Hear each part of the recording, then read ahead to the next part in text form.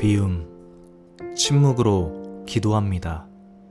성령의 임재를 구하며 죄를 회개하며 마음속에 복잡한 생각을 다 비우세요.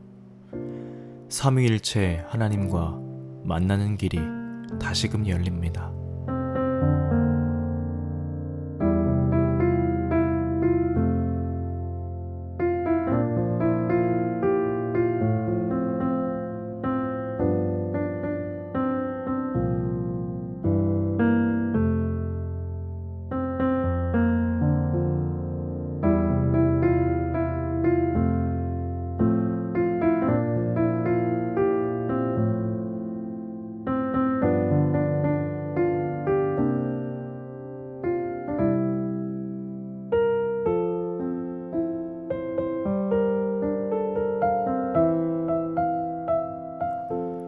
채움, 진리와 사랑의 영이신 말씀으로 가득히 채웁니다.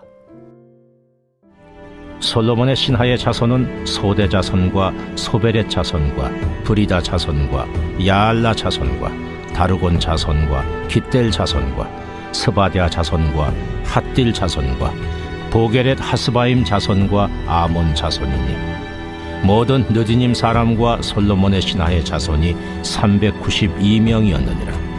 델멜라와 델하르사와 그룹과 아돈과 임멜로부터 올라온 자가 있으나 그들의 종족이나 계보가 이스라엘에 속하였는지는 증거할 수 없으니 그들은 들라야 자손과 도비야 자손과 느고다 자손이라.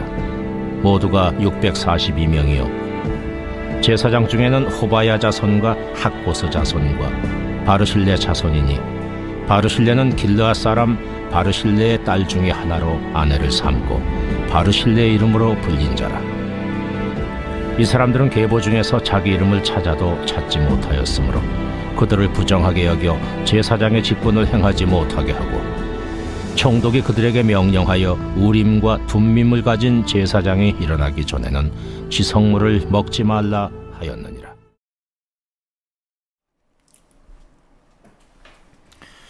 오늘 본문도 명단의 내용이 이어집니다. 특별히 오늘 본문에서는 솔로몬을 섬기던 종들의 자손이 등장합니다. 그리고 족보를 정확히 알 수 없는 사람들도 등장했습니다. 그런데 65절에 보면 조금은 낯선 단어가 등장합니다. 바로 우림과 둠밈입니다. 이것은 구약에서 대제사장들이 에봇 위에 부착하는 하나의 신탁의 도구의 종류입니다. 이것은 언제 사용하냐면 바로 하나님의 뜻을 물을 붓거나 하나님의 뜻을 알기 위해서 사용하는 도구입니다. 정확히 어떻게 생겼는지 재질이 무엇이는지는 알 수 없습니다. 다만 이것이 하나님의 뜻을 알기 위하여 사용된 도구라는 것은 분명합니다. 족보를 제대로 알 수 없는 사람들을 그들 마음대로 명단에 기록할 수 있었지만 그들은 그렇게 하지 않았습니다. 그리고 그들을 제사장 직분으로 맡기지도 않았습니다. 하나님의 뜻을 정확하게 내릴 제사장이 나타날 때까지 족보가 확인되지 않은 사람을 제사장 직분을 맡기는 것을 정하지 않았습니다. 이러한 그들의 모습을 보면 저의 모습을 돌아보게 됩니다. 이런 그들의 모습은 하나님의 뜻을 정확하게 알고 행동하려고 하는 모습으로 보입니다. 무엇인가 하나님의 뜻을 알 수 없을 때, 하나님의 뜻이 정확하지 않을 때 사람의 생각으로 할 수 있었지만 그들은 하나님의 뜻을 구하기 위해 기다렸고 하나님의 뜻이 무엇인지 알려고 시도했습니다. 그런 그들의 모습을 볼 때 과연 우리의 모습은 어떻습니까?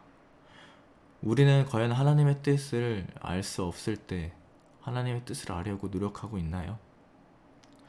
하나님의 뜻을 분별하기 위해 과연 우리는 어떤 노력은 하고 있습니까?